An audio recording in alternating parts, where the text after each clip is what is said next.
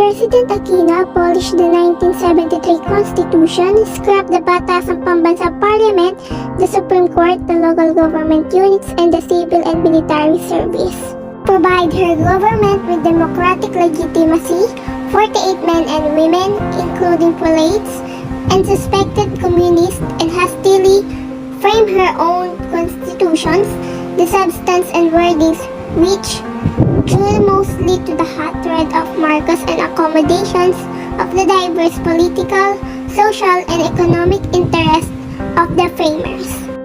Another Aquino Constitution provision in Section 28, Article 2 provides that, subject to reasonable condition prescribed by law, the state adopts and implements policy of full public disclosure of all its transactions involving public interests.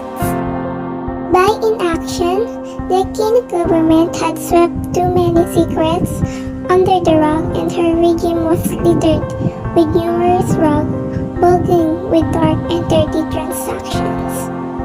Up to now, none of these imperfect provisions in the Aquino constitutions had been amended, resulting to an economy that can barely employ its own people and the repeated culpable violation of the Constitution.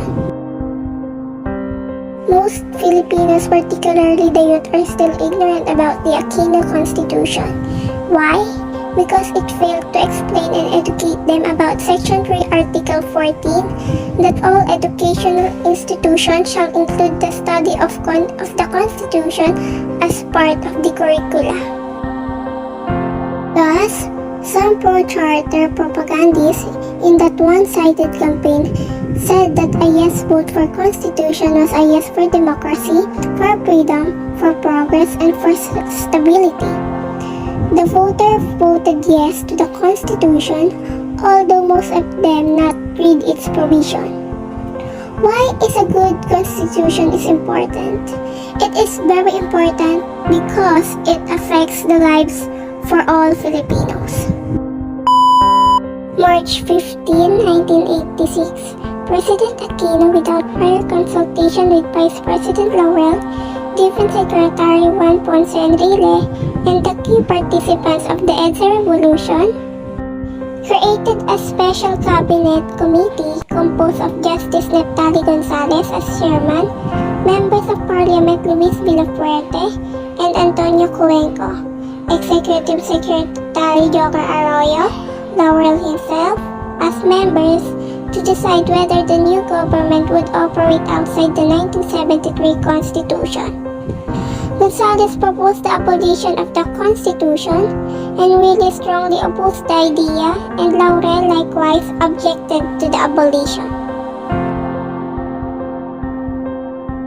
The United Democratic Opposition members of Parliament supported Laurel and Enrile's observations.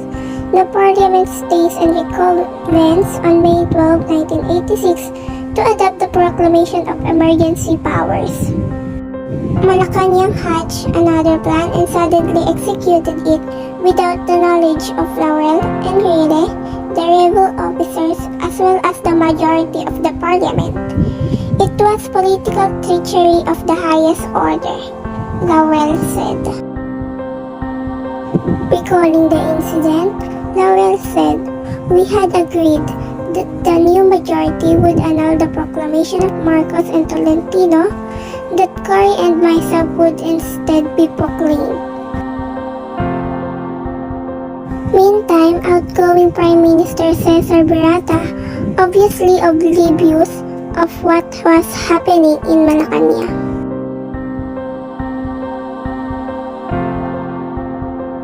Mrs. Aquino proceeded to read Proclamation Number 3, abolishing the 1973 Constitution, the Parliament, the Supreme Court, the office of the Prime Ministers, and all national and local positions.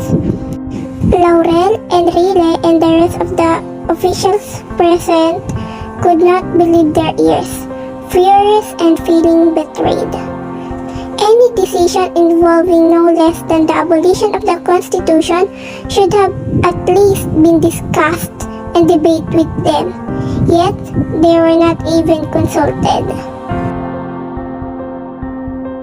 Laurel was right because when she demolished the infrastructure of dictatorship, she wrecked the entire political structure and thus derailed the application of much needed solution to the country's worsening political, social, and economic problems.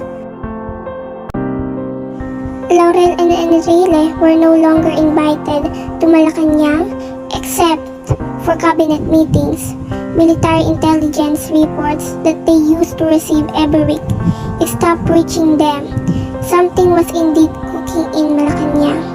And stoking the fires, Laurel recalled, was the intense power struggle between two camps, one a left-leaning clique bereft of experience in statecraft that hated Enrile and the reformist officer, and other just as inexperienced but allied with big businesses and the powerful Catholic Church.